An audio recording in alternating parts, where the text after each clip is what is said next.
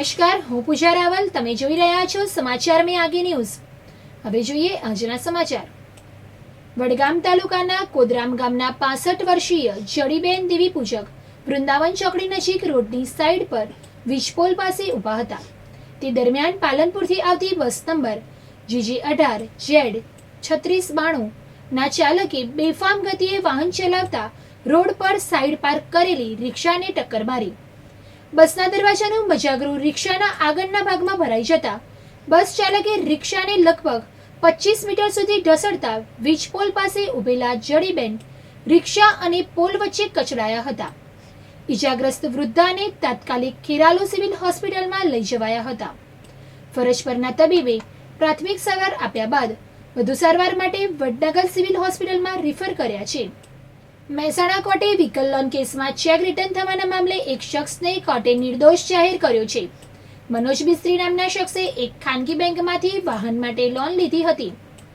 લોનની રકમ સમયસર ન ભરાતા બેંકે તેમની સામે ચેક રિટર્નની ફરિયાદ દાખલ કરી છે.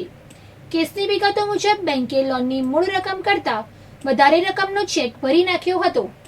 આ મહત્વપૂર્ણ મુદ્દા અંગે ફરિયાદી બેંક તરફથી કોઈ સ્પષ્ટતા કરવામાં આવી ન હતી. આરોપી પક્ષના વકીલ ભરત પટેલે આ મુદ્દો કોર્ટમાં ઉઠાવ્યો હતો. જ્યુડિશિયલ મેજિસ્ટ્રેટ DM ઝવેરીની કોર્ટમાં કેસની સુનાવણી થઈ હતી. કોર્ટે આરોપી પક્ષના વકીલની દલીલો અને રજૂ કરેલા બચાવને માન્ય રાખ્યો હતો. આ તમામ બાબતોને ધ્યાનમાં લઈને કોર્ટે મનોજ મિસ્ત્રીને નિર્દોષ જાહેર કર્યા છે. સુરેન્દ્રનગરના ધાંગધ્રા હાઈવે પર કુડાના ચોકડી નજીક એક ગંભીર બનાવ સામે આવ્યો છે. કપાસ ભરેલા ટ્રકમાં અચાનક આગ લાગતા અફડાતફડીનો માહોલ સર્જાયો છે. આગની જાણ થતાં જ ધાંગધ્રા નગરપાલિકા ફાયર બ્રિગેડની ટીમ તાત્કાલિક ઘટના સ્થળે પહોંચી ગઈ હતી. ફાયર ટીમે ત્વરિત કાર્યવાહી કરીને આગ પર કાબુ મેળવી લીધો હતો. આગ લાગવાનું ચોક્કસ કારણ હજી સુધી જાણી શકાયું નથી. જોકે સ્થાનિક તંત્ર દ્વારા ટ્રાફિકને નિયંત્રિત કરવામાં આવ્યો હતો. ફાયર બ્રિગેડની સમયસર કામગીરીને કારણે મોટી દુર્ઘટના ટળી હતી અને ટ્રક ચાલકનો પણ આબાદ બચાવ થયો હતો. પાટણમાં માધવ ફાર્મ ખાતે લેઉવા પાટીદાર સમાજની નવી મોબાઈલ એપ્લિકેશનનું લોન્ચિંગ કરવામાં આવ્યું. દાતા તરીકે ભગવાન પટેલ, હર્ષદ પટેલ, મનોજ પટેલ અને સમાજની બહેનોના હસ્તે દીપ પ્રાગટ્ય સાથે કાર્યક્રમનો પ્રારંભ થયો. ડાયનેમિક કંપનીના માલિક ભગવા પટેલ અને એપ ડેવલપર્સની ટીમે સંયુક્ત રીતે એપ્લિકેશનનું લોન્ચિંગ કર્યું. એપના નિર્માણમાં મુખ્ય ભૂમિકા ભજવનાર ઋષિ પટેલે એપની કાર્યપ્રણાલી સમજાવી. હેતાંગ પટેલ શૈક્ષણિક વિભાગની માહિતી આપી. અભય પટેલે મેટ્રિમોની અને બિઝનેસ વિભાગની વિગતવાર માહિતી પ્રેઝન્ટેશન દ્વારા રજૂ કરી હતી. સુરતના વરાછા પોલીસ મથકના લોકઅપમાં અટકાયતમાં રાખવામાં આવેલા 46 વર્ષીય યુવકે ફાંસો ખાઈ આપઘાત કરી લેતા ચકચાર મચી હતી.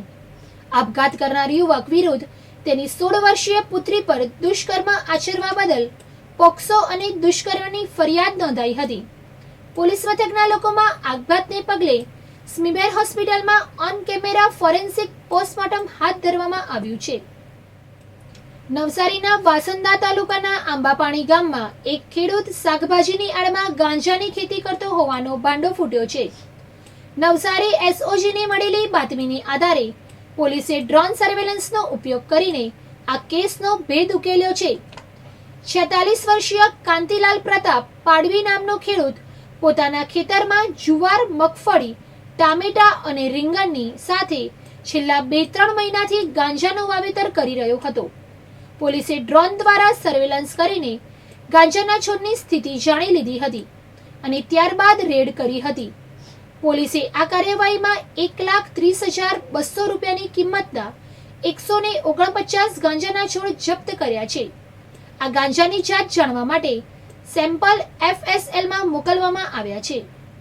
વડનગર નગરપાલિકાના સ્ટેન્ડિંગ કમિટીના ચેરમેન ઉત્તમભાઈ દશરથલાલ પટેલનું હાર્ટ એટેક આવતા દુઃખદ નિદાન થયું છે. તેઓ વોર્ડ નંબર 2 માંથી કોર્પોરેટર તરીકે ચૂંટાયા હતા. તેમણે હાટકેશ્વર મહાદેવ મંદિરના સુવર્ણ શિખરના અનાવરણ કાર્યક્રમમાં હાજરી આપી હતી. કાર્યક્રમ દરમિયાન તેઓ શંખનાદ કરતા પણ જોવા મળ્યા હતા. તેમના અચાનક નિધનથી વડનગરમાં શોકની લાગણી છવાઈ ગઈ છે. ઉત્તમભાઈ પટેલ સ્ટેન્ડિંગ કમિટીના ચેરમેન તરીકે તેમણે શહેરના વિકાસ માટે નોંધપાત્ર યોગદાન આપ્યું હતું.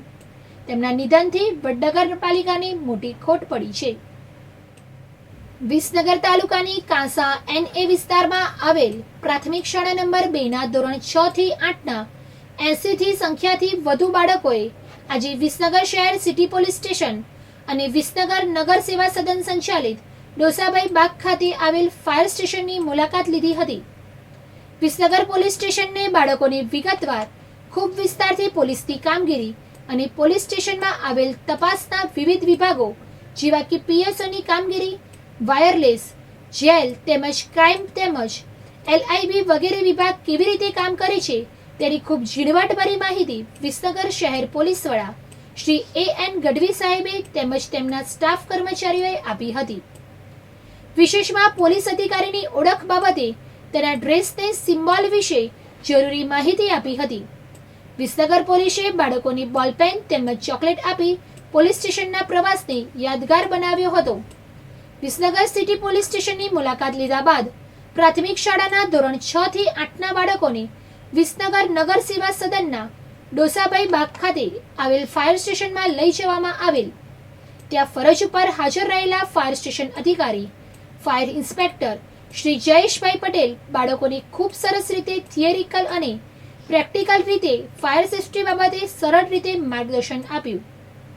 ફાયર સેફટીના તમામ સાધનોનો ઉપયોગ કેવી રીતે કરવો તેનો પ્રેક્ટિકલ ડેમો પણ આપ્યો હતો.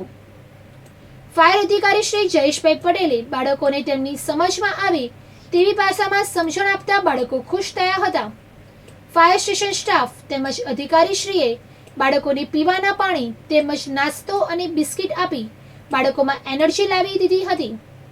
પોલીસ સ્ટેશન તેમજ ફાયર સ્ટેશનની મુલાકાત માટે વિસ્તારના સ્થાનિક રહીશ અને પત્રકાર એવા અશ્વિનભાઈ પંચાલ, પાલિકાના ચીફ ઓફિસર શ્રી, ફાયર અધિકારી શ્રી જયેશભાઈ પટેલ, સુધીરભાઈ કંસારા તેમજ પોલીસ સ્ટેશનની મુલાકાત માટે પોલીસ અધિકારી શ્રી AN ગઢવી તેમજ તેમના સ્ટાફનો પ્રાથમિક શાળાના આચાર્ય શ્રી શિક્ષકગણે ખૂબ આભાર માન્યો હતો. વધુ સમાચાર માટે જોતા રહો સમાચાર મેં આગે ન્યૂઝ.